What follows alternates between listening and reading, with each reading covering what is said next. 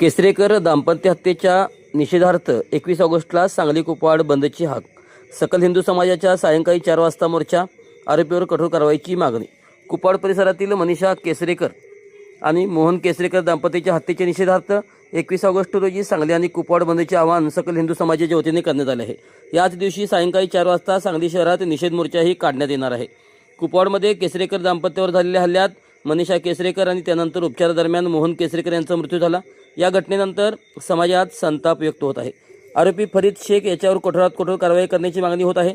या पार्श्वभूमीवर 21 ऑगस्ट रोजी सांगली आणि कुपवाड शहर बंद ठेवण्याचे आवाहन सकल हिंदू समाजाच्या वतीने करण्यात आले आहे. बंदच्या दिवशी सायंकाळी 4 वाजता सांगली शहरात निषेध मोर्चाचे आयोजन करण्यात आले आहे.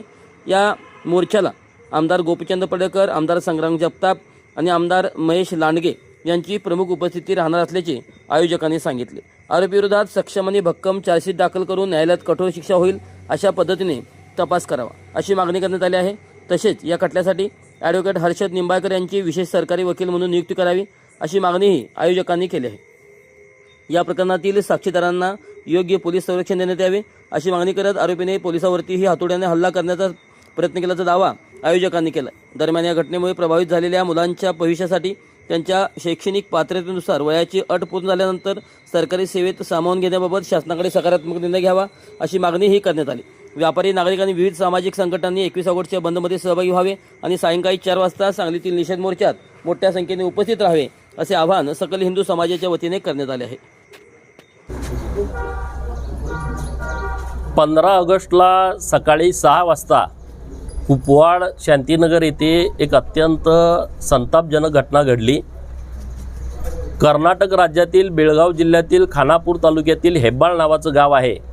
त्या गावातून मोहन केसरीकर आणि त्यांची पत्नी मनीषा केसरीकर हे गवंडी काम करण्यासाठी, घराचं बांधकाम करणे, प्लास्टर करणे हे काम करण्यासाठी गेल्या 20 वर्षांपासून कुपवाड परिसरामध्ये राहत होते.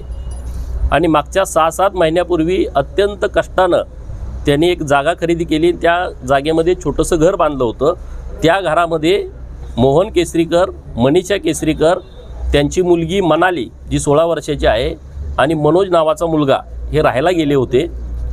दुर्दैवानं त्यांच्या बाजूलाच एक जिहादी प्रवृत्तीचा अत्यंत नीच माणूस राहिला होता आणि त्यानं सातत्यानं गेली 7 महिने या कुटुंबाला नाहक त्रास दिला. तुम्ही आमच्या शेजारी राहायला नको, तुम्ही घर सोडून जावा, किंवा घराच्या समोर कचरा टाकणं, खरकटं टाकणं, मांस मटण खाऊन खरकाटं तिथं टाकणं, रात्री त्या महिलांच्या तोंडावरती बॅटरीची लाईट दाबणं, असे प्रकार करणं, त्यांना शिवेगाळ देणं, अशा पद्धतीचं घाण काम तो गेल्या 7 महिन्यापासून करत होता. दुर्दैवानं ही लोक बाहेरून आल्यामुळं पोलिसात तक्रार देणं आवश्यक असताना सुद्धा भीतीपोटी त्यांनी तक्रारच दिली नाही. कारण हा परत आपल्याला मारेल, हाणेल अशा भीतीपोटी ते कुणाला बोलले नाही, तक्रार दिली नाही. आणि 15 तारखेला सकाळी 6 वाजता तुम्ही इथं राहायचं नाही, माझ्या शेजारी तुम्ही नको आहे, आणि म्हणून त्यानं त्या दोघांनाही प्रचंड मारहाण केली. त्या मारहाणीमध्ये मनीषा केसरीकर यांचा मृत्यू झाला. तिथून त्यांना मिरज सिव्हिलला घेऊन जाताना, आणि 2 दिवसानंतर म्हणजे काल संध्याकाळी मोहन केसरीकर यांचा मृत्यू झालेला आहे. 2 मर्डर या जिहादी माणसानं केलेले आहेत.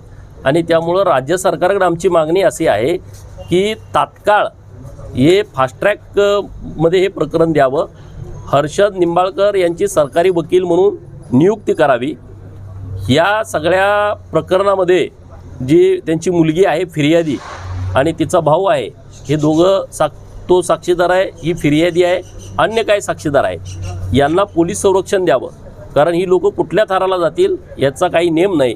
आणि म्हणून ते लहान मुलगी आणि मुलगा यांना पोलीस प्रोटेक्शन द्यावं. ह्या मुलांचं वय कमी आहे, 16 वर्ष वय आहे मुलीचं, 12 वर्षाचा मुलगा आहे. आणि आता ते निराधार झालेले आहेत, अनाथ झालेले आहेत.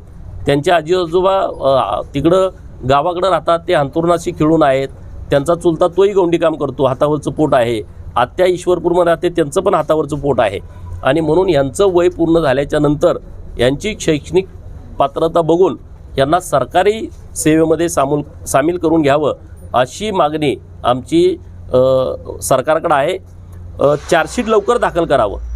जसं नसरापूरच्या प्रकरणामध्ये चार्जशीट लवकर दाखल केलं, जतमध्ये उमदीला जे प्रकरण घडलं त्यामध्ये 12 दिवसाच्या आतमध्ये चार्जशीट दाखल केलं, तशा पद्धतीनं चार्जशीट दाखल करून विशेष न्यायालयाच्या माध्यमातून या केसला लवकर न्याय द्यावा आणि तात्काळ त्या फरीद शेखला फासावरती चढवावं ही आमची मागणी आहे. आणि म्हणून पहिल्यांदा अशी घटना घडली सांगलीमध्ये की काही दोष नसताना निष्पाप हिंदू बांधवांचा बळी दोघांचा गेलेला आहे, मर्डर झालेला आहे. आणि म्हणून 21 ऑगस्टला शुक्रवारी दिवसभर सांगली आणि कुपवाड शहर बंद राहणार आहे. आणि सकल हिंदू समाजाच्या भावना आहेत की लोकांनी उत्स्फूर्तपणे या सगळ्या मोर्चामध्ये सामील व्हावं. शिवतीर्थ मारुती चौकातून हा मोर्चा निघेल महानगरपालिकेपर्यंत. हजारोच्या संख्येनं सगळ्या लोकांनी यामध्ये सामील व्हावं. हे घर आता उघड्यावरती पडलेलं आहे. सरकारची जबाबदारी घेईल, परंतु आपल्या इथं जे दानशूर लोक आहेत, व्यापारी लोक असतील, उद्योगपती असतील, नोकरदार असतील, जे थोडं सक्षम आहेत आणि त्यांनी या कुटुंबाच्या पाठीमागं ठामपणे उभं राहावं.